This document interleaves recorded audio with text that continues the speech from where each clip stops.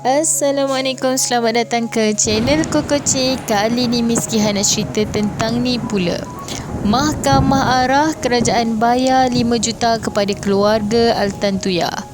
Mahkamah Tinggi Shah Alam memerintahkan kerajaan dan 3 yang lain membayar 5 juta kepada keluarga mendiang warga Mongolia Altan Tuya Sharibu yang dibunuh pada 2006.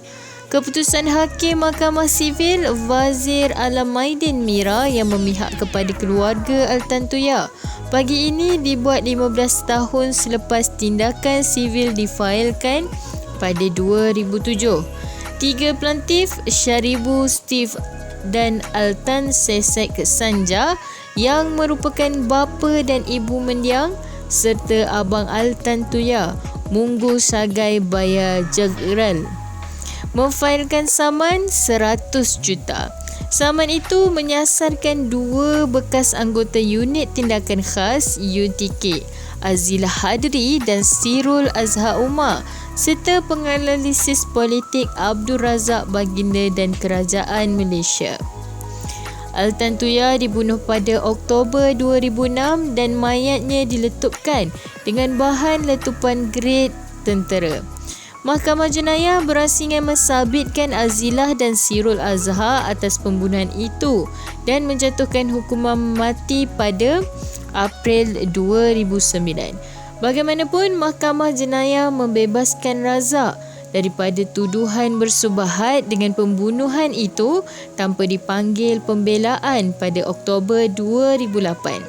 Semasa prosiding yang dijalankan dalam talian hari ini, Wazir memerintahkan 4 defendant turut membayar faedah tahunan sebanyak 5% bagi pampasan 5 juta serta setiap defendant membayar kos RM25,000 kepada keluarga. Wazir yang sebelum ini dinaikkan ke Mahkamah Rayuan tetapi hari ini mempengerusikan kes Mahkamah Tinggi memutuskan bahawa keluarga Altan Tuya berjaya membuktikan saman sivil mereka terhadap 4 defendant berdasarkan imbangan kebarangkalian. Hakim berkata bahawa kedua-dua bekas pegawai polis itu terbukti telah membunuh dengan kejam si mati dan perbuatan membunuh yang menyalahi undang-undang berdasarkan keterangan beberapa saksi untuk keluarga itu. Wazir berkata keterangan Ketua Jabatan Forensik Hospital Kuala Lumpur Dr. Muhammad Shah Mahmud menunjukkan bahawa Altan Tuya ditembak dan diletupkan dengan bahan letupan yang diikat pada badannya yang telanjang dengan letupan kuat yang menyebabkan sepihan daging dan tulang bertaburan di pelbagai tempat di kawasan hutan di puncak alam. Wazir menyatakan bahawa Razak juga bertanggungjawab kerana dia adalah kaitan penglibatan Azilah dan Sirul dalam pembunuhan itu pada akhir Oktober 2006. Hakim menegaskan 2 bekas anggota polis itu tidak mengenali mangsa jika tidak kerana Razak meminta bantuan daripada Azilah untuk menangani isu Altan Tuya cuba bertemu Razak di rumahnya.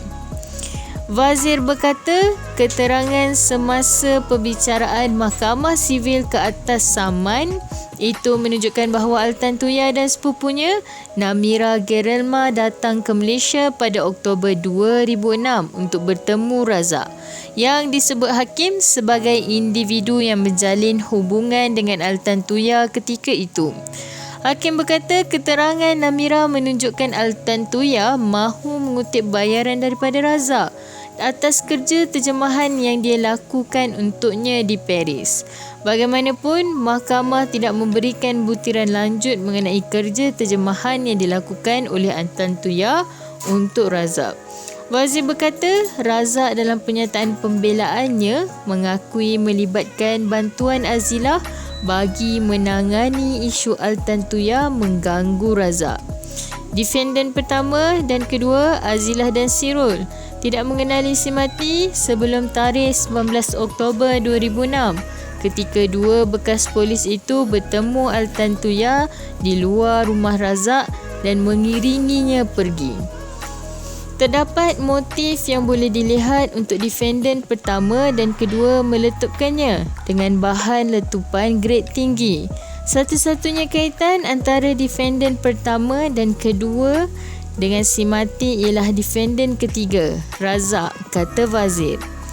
Hakim itu juga berkata kerajaan yang merupakan defendant keempat bertanggungjawab secara wakil atas tindakan menyalahkan undang-undang Azilah dan Sirul yang menggunakan sumber pasukan polis. Peguam Sagit Kaur Dio mewakili keluarga manakala Azilah dan Sirul tidak diwakili.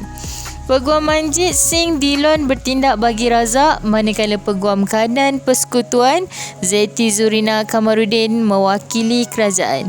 Azilah kini dipenjara sementara menunggu hukuman mati di Malaysia. Sirul bagaimanapun telah melarikan diri ke Australia sebelum Mahkamah Tertinggi Malaysia mengekalkan sabitan dan hukuman mati kedua-duanya pada 2015. Mahkamah Persekutuan telah membatalkan keputusan Mahkamah Rayuan sebelum ini yang membatalkan keputusan bersalah kedua-dua lelaki itu. Sirul telah terbang ke Australia selepas keputusan Mahkamah Rayuan dan semasa pihak pendakwaan merayu kepada Mahkamah Tinggi. Sirul kini berada di bawah jagaan pihak berkuasa Australia yang mempunyai dasar untuk tidak menghantar pulang siapa yang menghadapi hukuman mati di negara asal.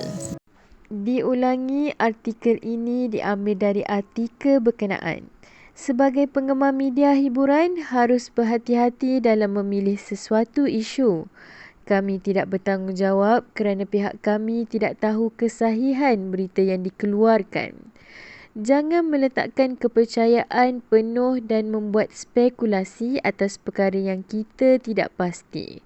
Menghayati hiburan boleh, jangan sampai kita melibatkan diri dengan fitnah dan buka aib mereka. Ya, kejap-kejap. Nak lihat apa seterusnya? Subscribe dulu, okey? Okey, sedikit ya. Janji. Okey. 1, 2, 3. Okey, subscribe. Terima kasih. Jangan main dengan sumpahan mulut aku.